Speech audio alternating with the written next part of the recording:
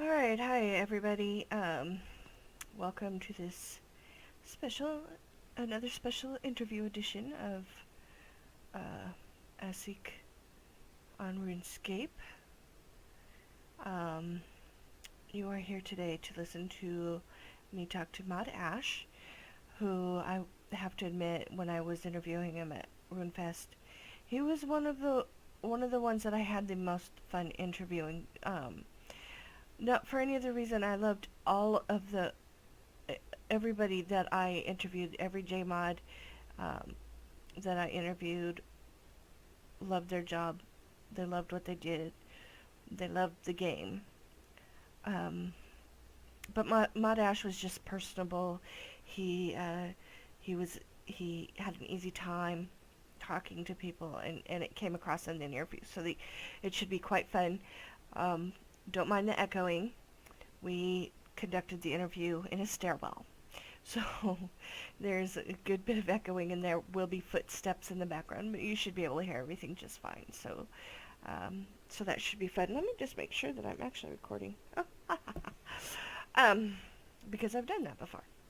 You know, you've been there. So I was going to have this interview be the one where I did my Slayer assignment behind the interview. But my Slayer assignment is pigs, as you can see in my chat. And I thought it would be, probably better if I did the buyers and sellers quest before I did that. So I was checking the quest, and not buyers and sellers, what am I thinking? Bringing home the bacon quest, so I can unlock the Slayer pigs, or the special pigs and all of that. But that requires level 14 construction, farming, and summoning, of which the only thing I've done anything of on any of those, I don't think I've done anything. So, I've done a little bit of construction, but I think that was incidental. I think that was in conjunction with quests, not actual constructing. So, what I'm going to do instead tonight, while you listen to the lovely Mod Ash, is I'm going to go ahead and unlock construction. So I'm going to go around and do all the tasks that are required for unlocking construction. Unlocking my portal, my house portal is basically what I mean. I joined my regular clan to question which quest that was, because I couldn't find it, because I had the quests I couldn't do blocked, and then I couldn't find it, and then I figured out that I well below the quest levels. So anyway, that's why the quest is flashing over there. But this character's not part of the clan, so I'm sure they're not talking to me. So anyway, I shall now be silent. This is about a little bit more than 11-minute interview, so I'm going to give it about 12 minutes on the clock. I had this planned out better last week. Last time. That was actually more than a month ago. Apparently I did not learn my lesson, or I'm not doing these regularly enough. But enjoy anyway. Thank you. This is Kitty Hawk, Rune Headquarters Radio, and I'm here with Mod Ash. Hello. How did you get interested in RuneScape? That was a long time ago now. Would have been about 2002, I think. I'd started drinking in a bar when I was a student, and one of the other people there was Andrew. Now, I didn't know him, no one knew him at the time, but he was talking about this RuneScape thing, for which he was launching members, whatever that meant. So I asked what it was, and his friends told me, it's this weird thing on the internet, people click on rocks all day, it's great. So I thought I'd got to get me some of that. So I read the whole website, liked the look of it, started playing, created my first account. In fact, it's still my only account. And that would have been 2002, so I've been playing ever since. In 2004, when I came to graduate, I was looking to stay in Cambridge. Some friends had offered me a room in their shared house, and Andrew suggested that if I was looking to stay in Cambridge, I could apply to his support team for a job, because I knew RuneScape and I'd probably be able to do the work. Well, I applied, I got it, and my ambition was to become a forum curator like my hero mod Adam.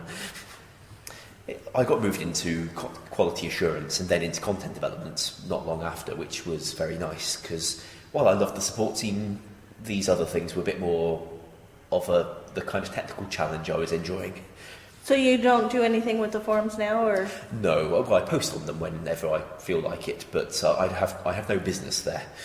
You have no business. You have business there. People like you. Oh, thanks. What managed to get you the job at Jagex? Well, I suppose the support team was looking to do a big expansion, this being 2004. So the guy who ran it at the time, Mod Tom D, was recruiting as many people as he could get his hands on. And I must have applied at the right time. I was already a forum moderator for Jagex in my spare time, which, by the way, had nothing to do with Andrew knowing me. Apparently I was picked just because I was posting on the forums a lot and being helpful in the Quest Help forum. So I knew Jagex, I knew RuneScape, and I knew the support issues associated with the forums. I like to think I was a fairly decent applicant. So do you think working on the site beforehand unofficially as a forum moderator helped at all? I think it did, particularly as I was fairly well respected as a forum moderator too, because I was active a lot and people didn't seem to have trouble with what I was doing. So it could be that Jagex already knew me. I never liked to ask why it was they took me on. I mean, I had some good referees, but apparently no, they never contacted them. That's 90% of jobs never contact your references. I have to admit it's the last thing I ever applied for, and that was 7 years ago now. So on the application, do they ask your username or if you play? I stated that I was a forum moderator. I did not give my username, although in the interview they asked it. Now, of course, the forums, the whole support team is run by very different people now. Mod Tom D is long gone. We've had Kelvin, and then Mod Murray, and now, I believe, Mod Baker.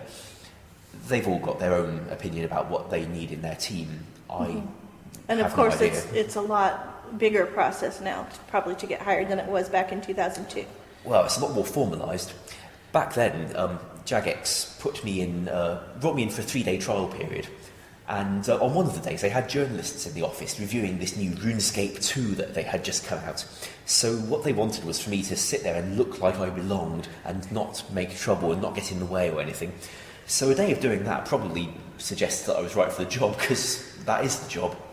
But they wouldn't... To look like you know what you're doing? Yep, and not need to help all the time. Of course, 3 days of trial for the support team is something Jagex can't do anymore and hasn't done for years. Even for the content team, we don't do 3 days. So that's another thing that's changed. The company's just bigger and knows what it's doing a bit better. We were fumbling along very nicely, which is fun in a way, and cosy to be part of. But sometimes it is good to really have the full infrastructure of a proper company. So how did you come up with the Wise Old Man quests? It's funny that I didn't.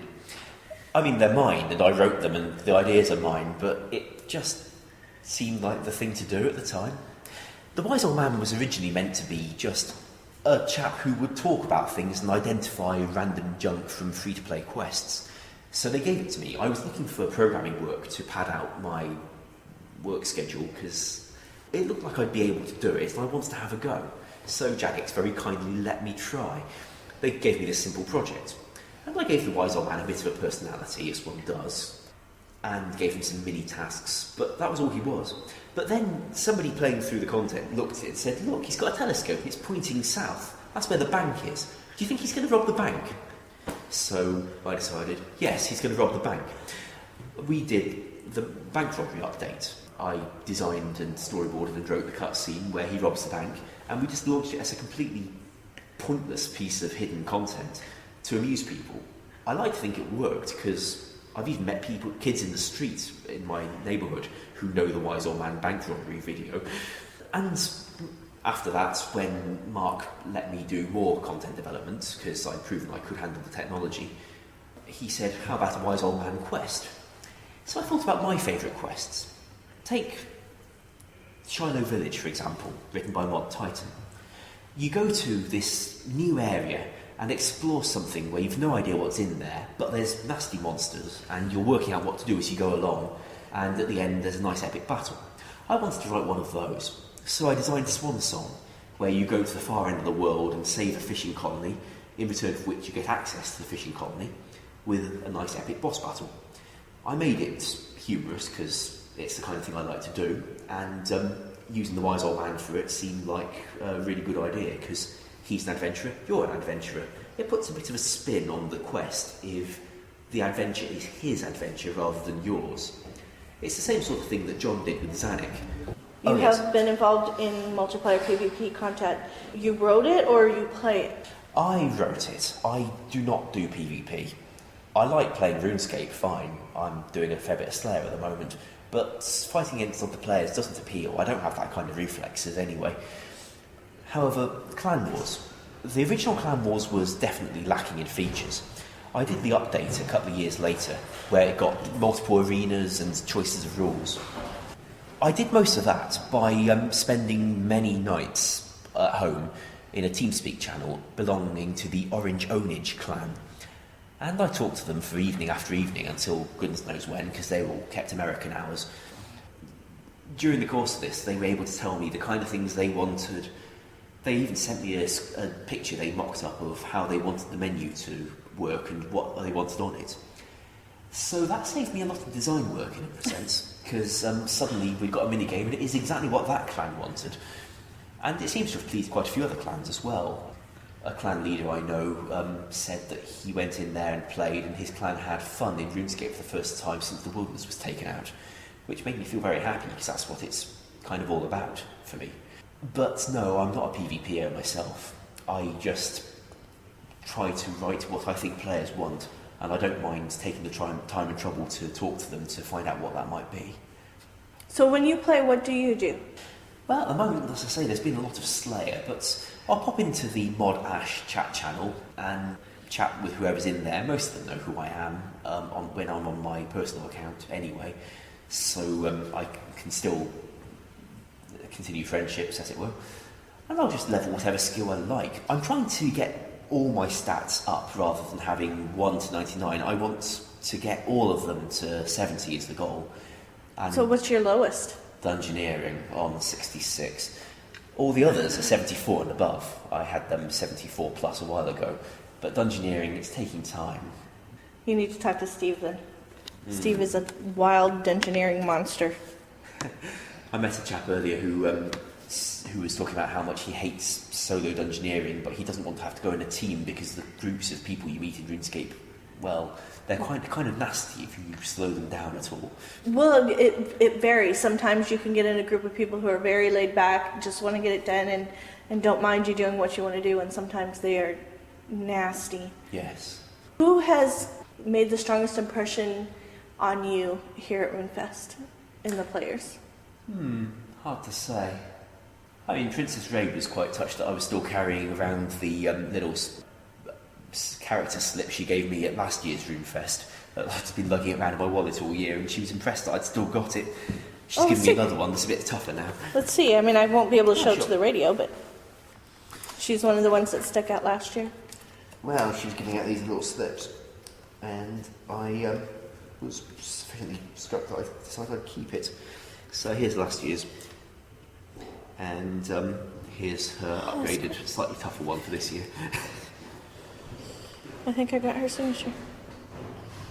My level in bank standing is 99. That's cute. Yeah. She was at Namco last night with quite a few of the other players and our staff. I popped in there for a beer myself. So what's the best thing about RuneFest to you? Meeting people, seeing their stories, hearing how they play RuneScape, how they got into RuneScape, what they like doing. Because it's very easy to see people on the forums as just words or put an imaginary person behind them that is completely inaccurate. Coming face to face with a player is very important to me. And it's not something we get to do very often, being an online game. Putting a face to the player. Yes, or hearing how people started RuneScape. One guy I met last year told me a lovely story about how after he and his wife split up, he played RuneScape to spend time with his son in the game. No, human There's a resources lot team, of I mods that suspect. I've never heard of. The company's 500 people. Only a few dozen of them are actually working on bits of content that you'd see. Right. All right, well, that was our very entertaining staircase interview. Well, thank you for your time. Thank you very much. And anytime you want to come talk to me again, just let me know. Thank you. I'm sure Eduardo will love writing more questions for you. All right, guys. Well, hopefully you enjoyed that interview. I did stop on my way to my house. As you see, I found my house, my very bare basics essentials house. I stopped on the way to unlock these the Strange Rock test set, which, I mean, a lot of people, I guess, find it annoying. I find it a good boost to my experience because I do like to do all of the skills. I'm not going to be not doing any particular skill. The way that most people find the Strange Rocks irritating is if there's a skill that they're not going to do or not going to want to do, then they can have these rocks for a long time, because you can't get any more once you've got 2 from every skill, or 2 from a particular skill until you've gotten 2 from every skill on this list. So, but I am going to do it because it's a nice little bonus experience. Anyway, so what I'm going to be doing next is I'll probably skill a little bit while you guys aren't here, so I can raise my level so I can do the pig quest. But I'll be doing one other quest and releasing it pretty soon. Something novice-y that I can do. So this is my list of really things that I can do. And some of these are very, very interesting. The Blood Pact was kind of interesting. It's a newer one. Buyers and Sellers is a really good thief one. Cook's Assistant, classic quest. Been here forever. I do believe it was the very first quest ever. Death of Chivalry, a newer and very interesting quest, and this one also scales, so I might actually do that one next. Anyway, so I shall see you next time. Enjoy. Have a good day. TTFN.